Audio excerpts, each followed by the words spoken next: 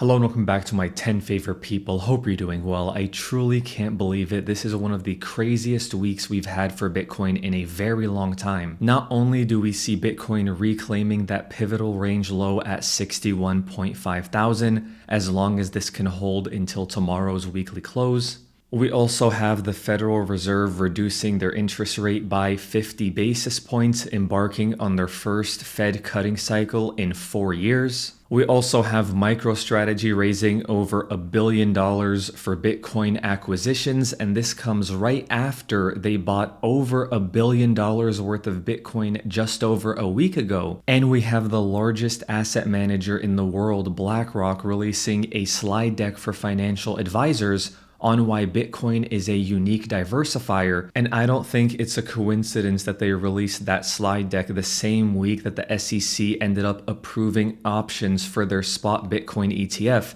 And this is something that investors have been waiting for a very long time, because options allow you to hedge your exposure to Bitcoin or generate additional yield by selling calls whenever price is elevated. And last but certainly not least, we found out that the FTX creditors are getting back $16 billion in cash within the next month or so. And we have to remember that these are people that lost their money in November of 2022 when FTX went under, after they had held Bitcoin and other assets through a very painful bear market and an almost 80% drawdown. So it's likely that these creditors are likely going to be putting that money back into the space. And the market likely knows this, so I wouldn't be surprised if we saw Bitcoin rally higher until those repayments ended up happening. That way they're forced to buy in at higher prices, and perhaps it ends up being a buy the rumor, sell the news event. And it never ceases to amaze me how fast things can change in this market, which is why we always talk about multiple possible outcomes.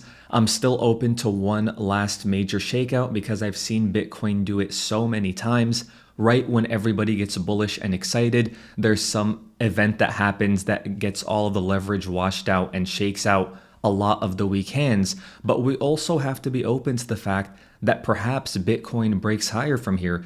We've already seen over 6 months of reaccumulation, and we also already hit the 2 support levels that we thought had a high likelihood of being retested. And we're still open to the fact that Bitcoin might go down and revisit the low 40,000s region, but we know this isn't a guarantee by any means. So I like to simplify my strategy by just sitting on my hands as long as Bitcoin has been consolidating in this range. And if we do end up seeing those lower prices, I'll be happy to buy more. But as of right now, all we can do is sit on our hands and see what happens. We know we still have quite a bit of uncertainty because yes, the Federal Reserve has started cutting interest rates, but it does take a while for that to seep through the economy. And we're not sure if that 50 basis point cut is going to be enough to really send the markets higher, especially because we don't have our next Federal Reserve meeting until November 7th, after the election. The Federal Reserve also announced that they're still going to be going forward with quantitative tightening and not adding assets to their balance sheet quite yet. And that was one of the main things we were looking out for going into this meeting. We know that once the Fed starts increasing their balance sheet, that's when global liquidity really starts to go higher. So if they're going to continue running QT for now, that might continue to put downward pressure on global liquidity. And this is important to us because global liquidity is one of the main macro drivers for Bitcoin. When we've seen global liquidity go sideways in the past, Bitcoin hasn't done much, but we've seen those incredible Bitcoin rallies when global liquidity gets increased aggressively, and we may not see that breakout in global liquidity yet until we see the Federal Reserve go back to quantitative easing. This also aligns nicely with what we're seeing from the US dollar index, still consolidating at that range low and hasn't broken down quite yet. And until we see that true breakdown like we saw in 2021 and 2017, we can't expect Bitcoin to do anything too crazy, and we have to wait patiently for that breakdown to actually occur so that Bitcoin can enter price discovery. And that's also when we tend to see those incredible alt seasons as well. So it may be a little bit early for that since we haven't seen the US dollar index break down yet. It's great that we're starting to see some net inflows coming into the Bitcoin spot ETFs once again, which further increases my conviction that this is just one large reaccumulation phase before Bitcoin expands higher. And you can see it pretty clearly on this chart. It even looks like we've been going sideways for 6 months. And when you zoom in, obviously, it's a lot more volatile. But when you're zoomed out, this just looks like some very clear sideways price action at the previous all-time high area. And all we have to do is be patient and not lose all of our money leverage trading because our favorite influencer recommended a leverage exchange to us, or losing all of our money going all in on the hot new altcoin that everybody is talking about, because we know that in this market, anything can happen in the short term, and we still have 10 days to go in September, and it's been quite a painful and boring couple of months, and we're getting so close to the finish line. But we have to be careful getting too overly optimistic in the short term, because we still have this election 45 days away, and it's still a very close race that's probably going to come down to the wire.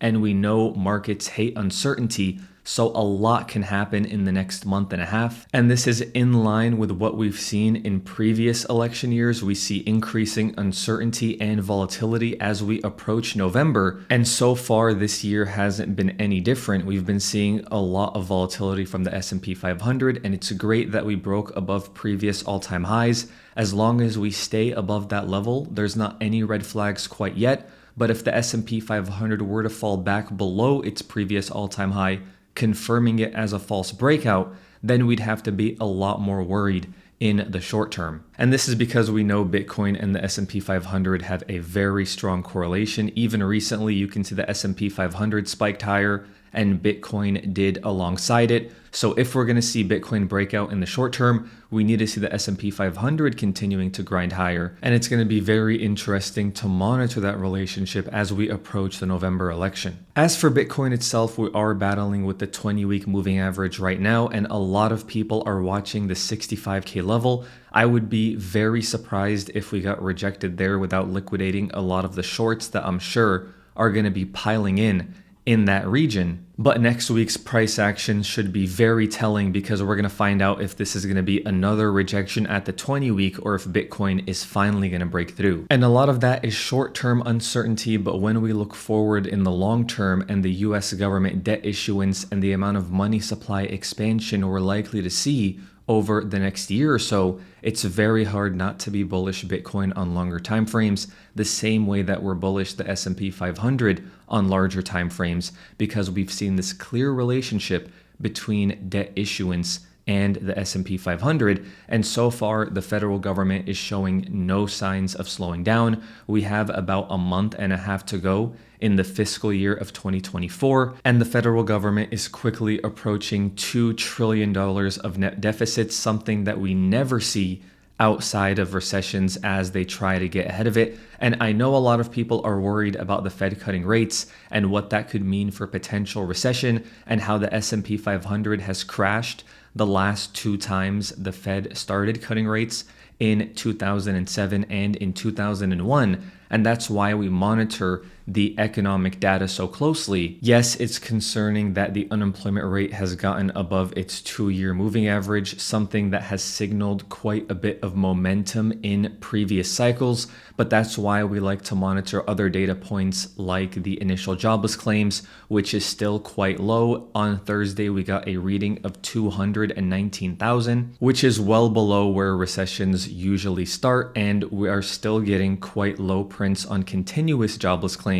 It's still also well below its recession start average. So we'll monitor the unemployment rate very closely and see how that progresses. But as of right now, I don't see immediate cause for concern in the short term, as long as we're at these current levels. As for inflation, still taking a while to go back down to the Fed's 2% target. We have seen an uptick on trueflation recently, ever since that 50 basis point rate cut from the Fed, but we don't know if this is just a brief spike before it rolls over, but it's still below 2% at 1.4%, so no red flags there quite yet. And finally, thanks to those federal deficits, we still have real GDP close to 3% and the economy still growing quite decently And if we look at the Atlanta Fed's GDP Now forecast, they're still expecting close to a 3% GDP growth as we go forward in the short term. But again, this is something we're going to have to monitor as we see more economic data. It's hard not to be bullish Bitcoin in the short term as long as we're trading above that pivotal 61.5K level.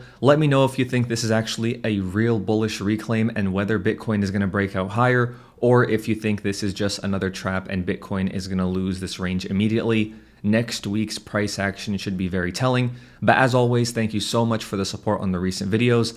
Thank you so much for watching, and I'll talk to you soon.